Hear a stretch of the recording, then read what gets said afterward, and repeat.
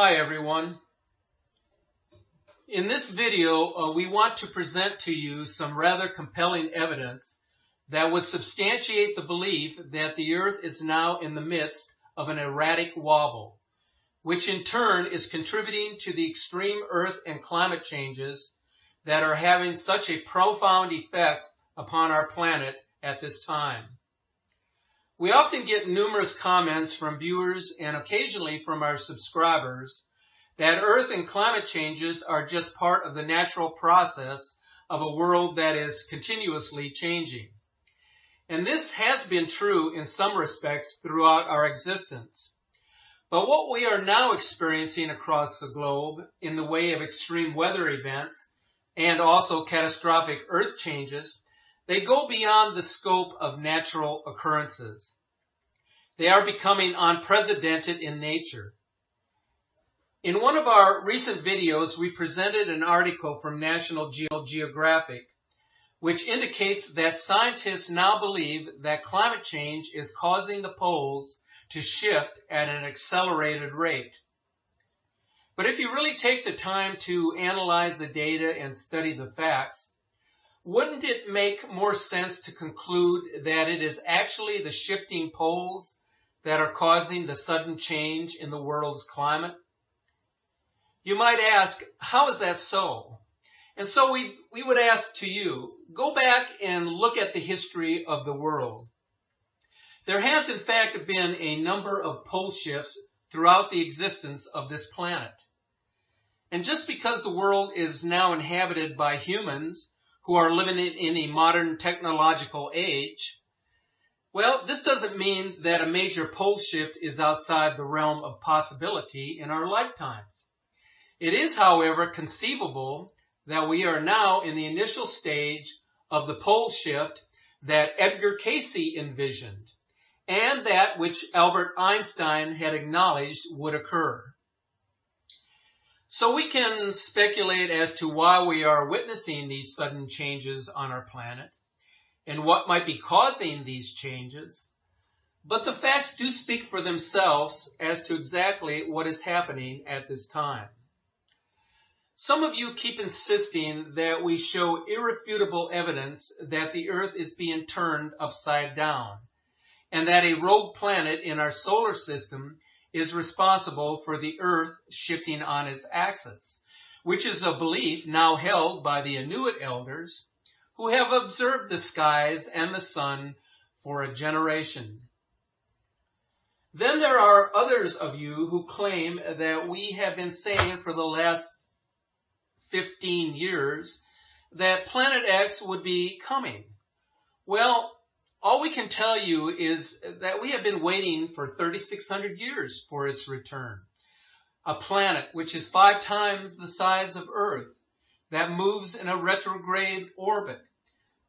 This isn't going to be the type of planet that travels at a rapid pace across our solar system. Then again, if the planet were visible to the naked eye, would you then believe? We will tell you this, that the world is beginning to see a period of great tribulation, and the arrival of Planet X may come much sooner than any of us would have imagined. Now, we are not trying to be fear-mongers or alarmists. There are already too many of them out there. We are just trying to present common sense evidence to the public. So here are some of the things we know for sure. Earth changes are increasing dramatically worldwide. In fact, since 2012, earthquake and volcanic activity has risen on a phenomenal level. Volcanoes are approaching 40 eruptions per day. That's right. Hard to believe, but true. Earthquakes in the Ring of Fire are more frequent and are occurring in unusual areas where people are not accustomed to them. So first off, let's examine the details of the unprecedented earthquakes happening in 2016.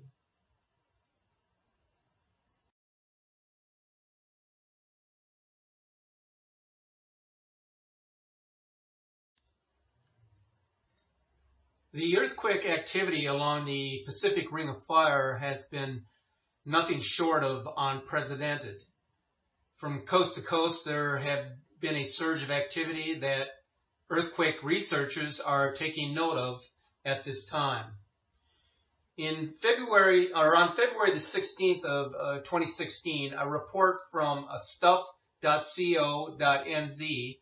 reported a 6.0 magnitude earthquake, which was felt as far south as Dunedin.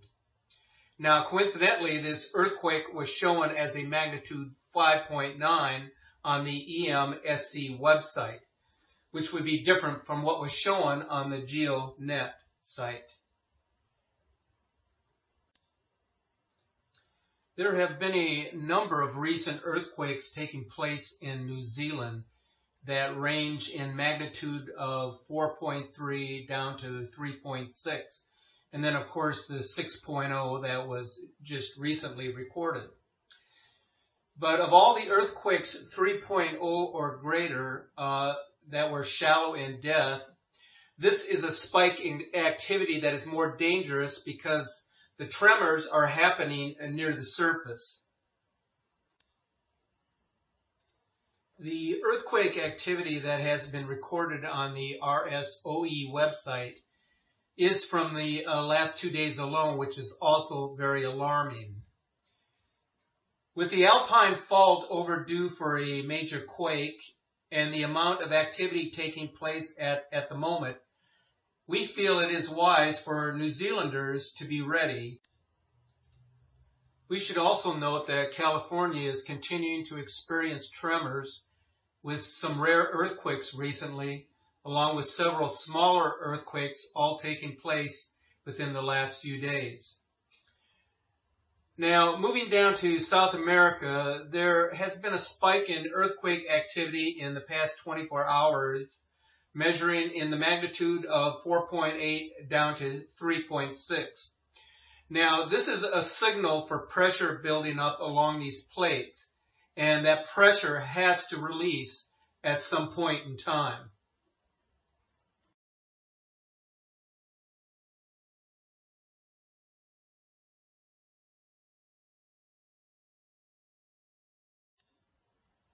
If you take a look at this chart, you will see that fireball events were recorded as in the hundreds per year in the year 2005. By 2011, there had been over 1,500 reports of fireballs. And since that time, it has dramatically increased to where in the year 2015, there were over 9,000 reports of fireballs. Now, it's interesting to note that the frequency of fireballs has increased by 120% between the years 2013 and 2014, and has risen another 20% between the years 2014 and 2015. Now, this is a significant increase, and it should be generating a lot of attention, but if it is, then it's being done very quietly behind closed doors. Now, looking at NASA's data month by month, we see that the fireball frequency is most concentrated in the months of August to December. However, the numbers for June and July are also increasing significantly, suggesting that the area of space from which asteroid and comet debris is reaching Earth, and consequently into which the solar system is moving, is increasing in size. NASA has also published data for near-Earth asteroids, or NEAs, discoveries since 1995. Their data shows a consistent increase in asteroid numbers from 1998 through the year 2013, and significant increases for 2014 and 2015, which shadows the big increases in fireballs that were observed over those 2 years.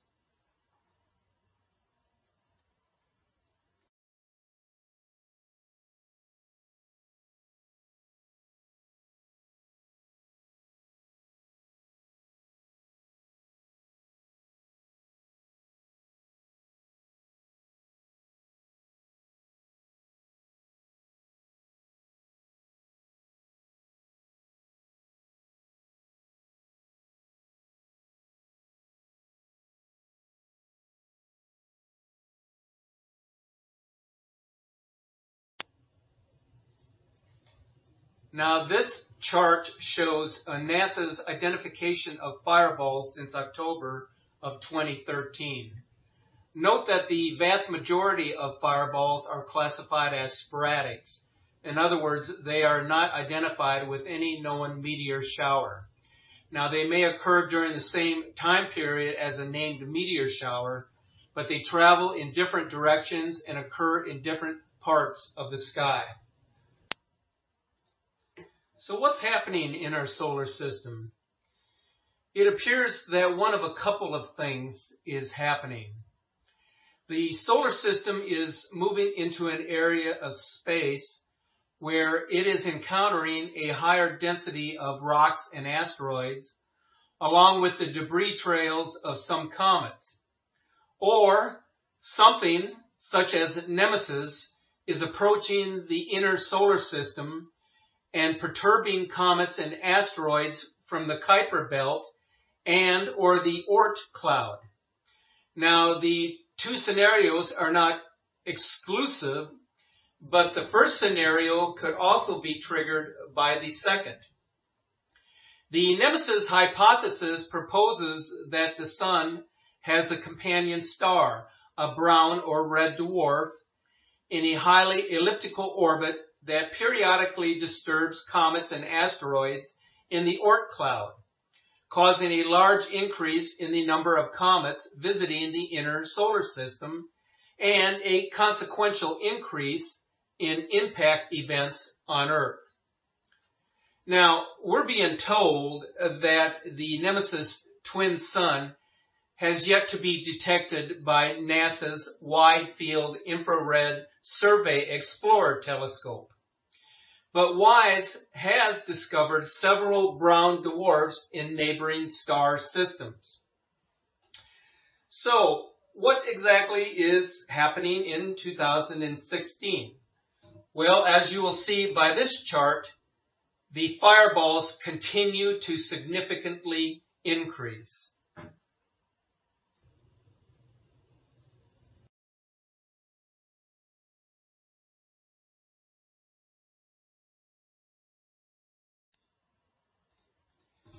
The weather keeps getting more and more extreme, with records being broken every day. Here's a shocking example for you. In the year 2015, this was the first year in records going back to the year 1875 that we have seen more confirmed tornado-related deaths in December than in the rest of the year combined. We now not only have land hurricanes, but we have winter blizzard cyclones and river flooding at the same time. We're seeing snow in areas where it has never snowed before. Vietnam, Laos, Taiwan, southern China, Okinawa, and the Caribbean. These are subtropical and tropical countries where they shouldn't have snow. Some of these places have received up to 7 or 8 inches of snow. For instance, in Vietnam, south of Hanoi, they received 7.87 inches of snow. This is the first snow ever in this area. Temperatures dropped into the mid-20s Fahrenheit in December, when normally it is supposed to be in the mid-70s. Meanwhile, in the Arctic, temperatures were 50 degrees above the average. Now, this has never happened before, where you have snow and 50 degrees below normal in the tropics, and then 50 degrees above normal in the Arctic. This is unprecedented. In December through January in England, where only a few flowering plants may be in bloom due to milder winters, there was this past winter more than 600 species in bloom, 612 to be exact. Never before in history has this happened. In addition, rains and flooding are at unprecedented levels across the globe.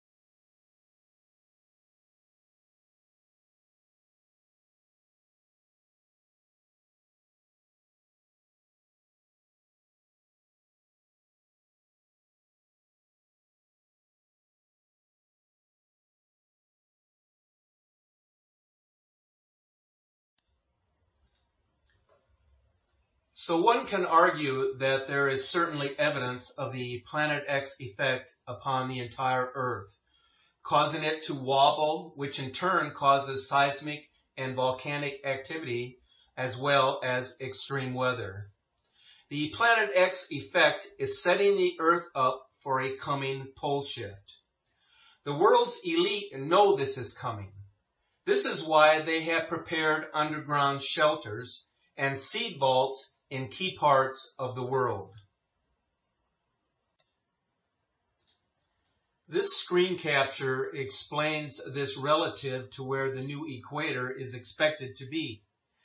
The hypothesis of a major pole shift is the belief that during the shift, the North Pole and the Arctic Circle will be pushed considerably to the south, thus causing the southern hemisphere and Antarctica to be pushed further north above the line of the equator.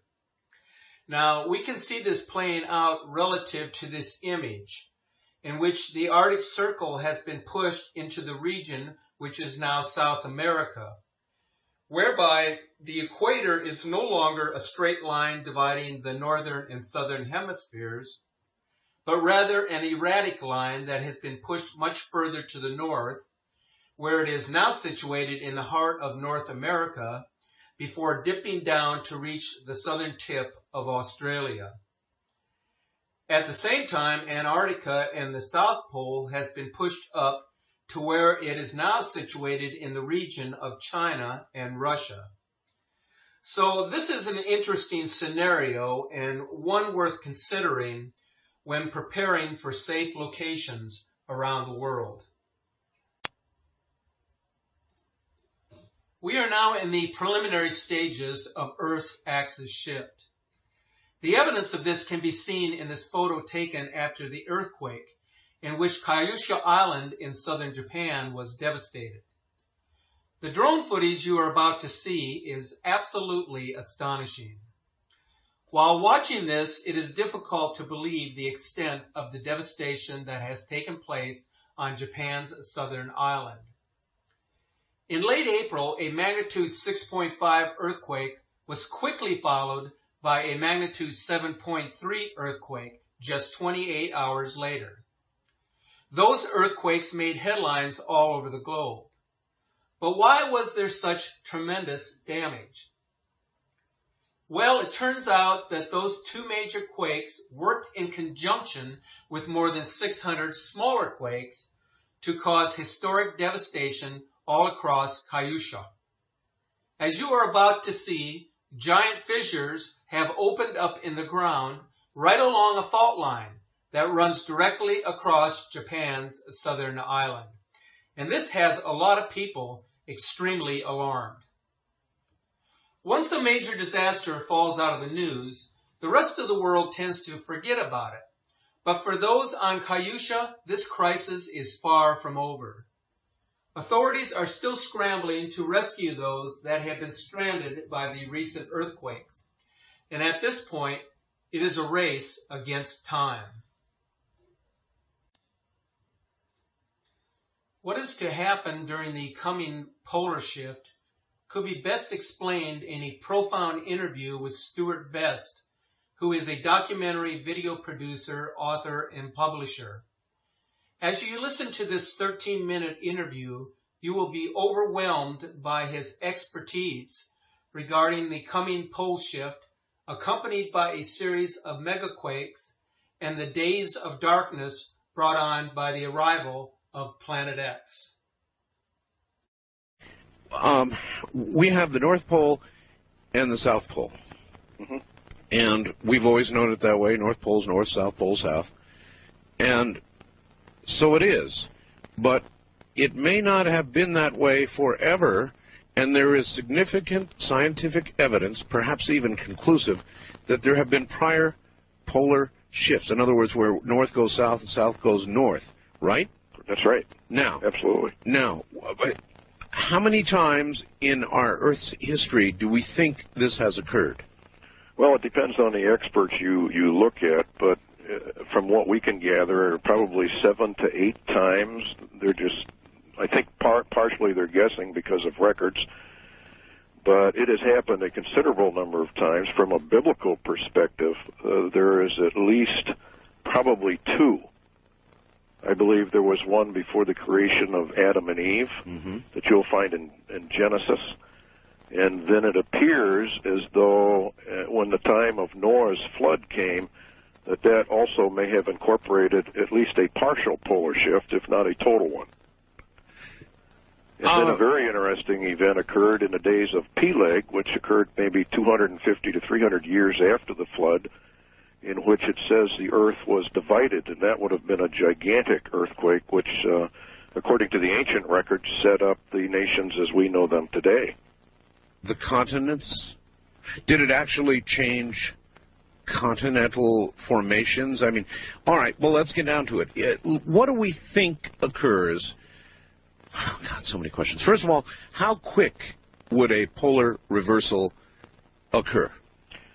Well, the actual polar reversal, from what we can gain from the scriptures and from other documents, ancient documents, it occurs very rapidly, usually within a one-day period. So it occurs, when it finally goes, it goes extremely rapidly. A one-day period? Yes. And in one day, the North Pole goes to roughly the South Pole or some new location, and South goes to North? Yes. Okay, if that were to occur, what is our best guess about what would happen?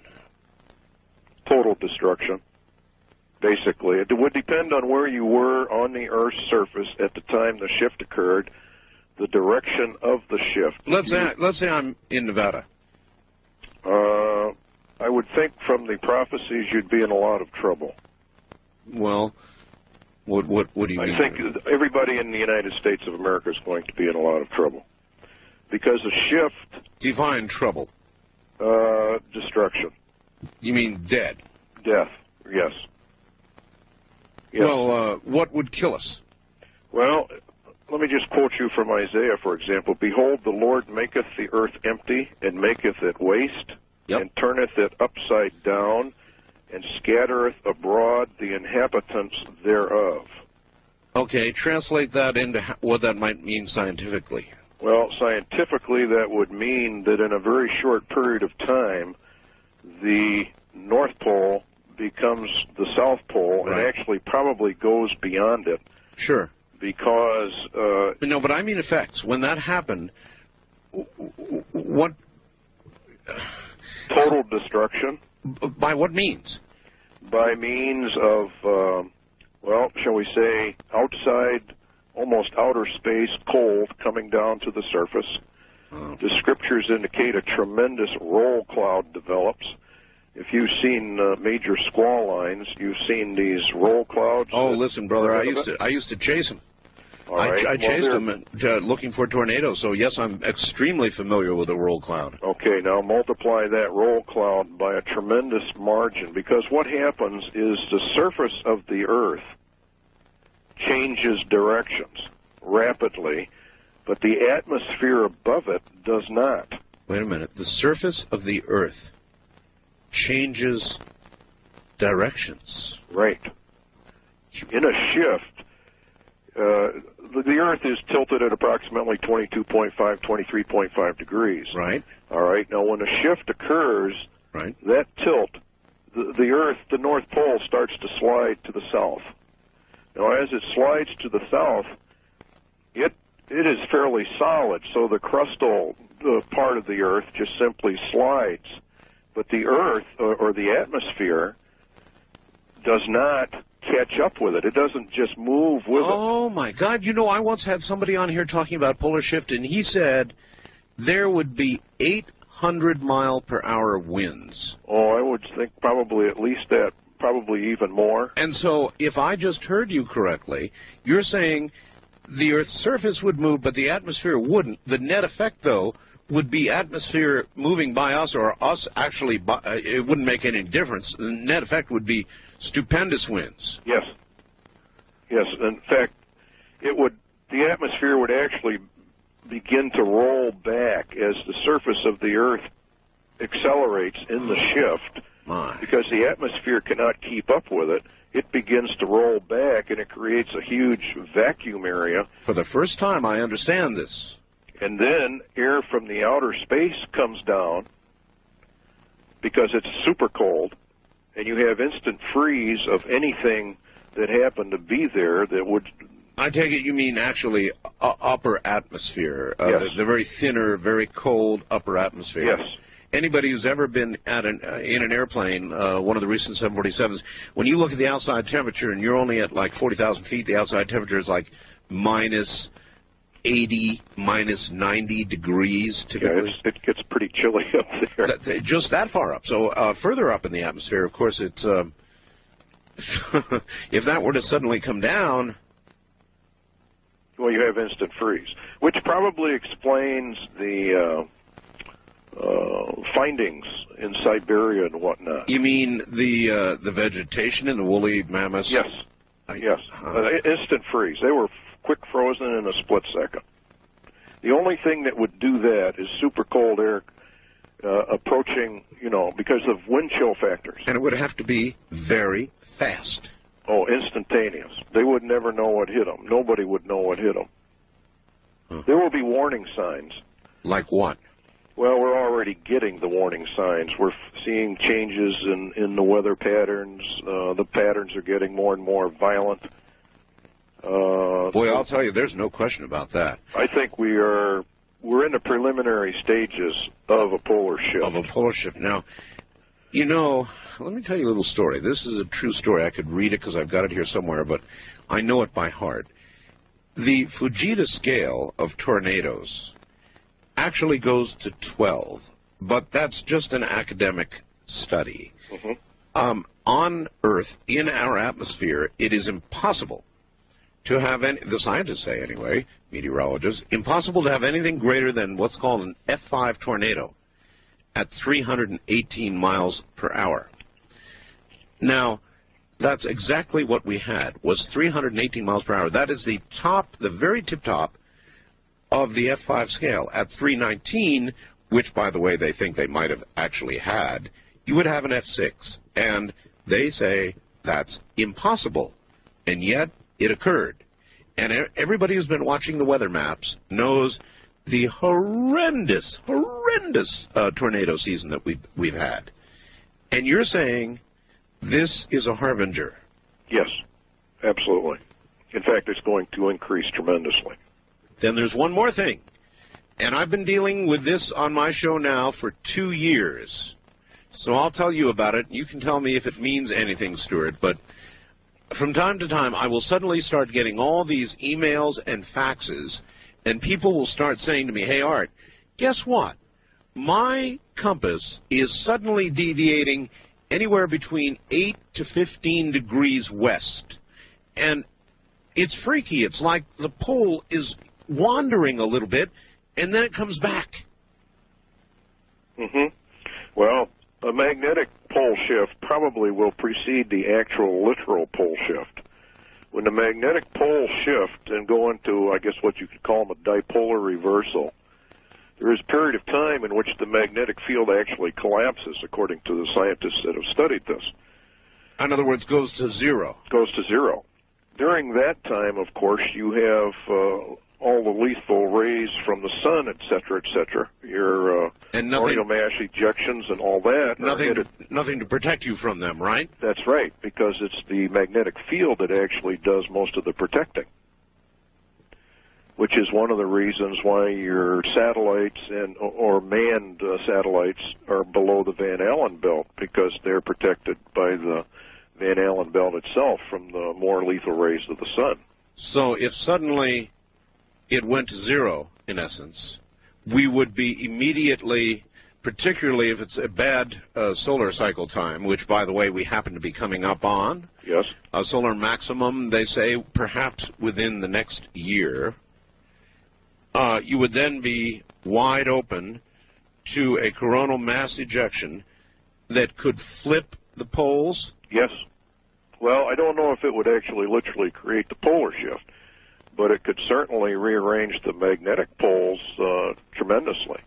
And there are some scientists that have done some research on this, and they claim that when the poles go to zero, that it has tremendous effects upon the Earth, great shaking of the Earth, and then it reorientates itself, and the North Pole becomes the South Pole, et cetera, et cetera. Stuart, I have a fellow I interview from time to time named Major Ed Dames from SciTech, which is a remote viewing organization. He has remote viewed something that he calls a kill shot from the sun.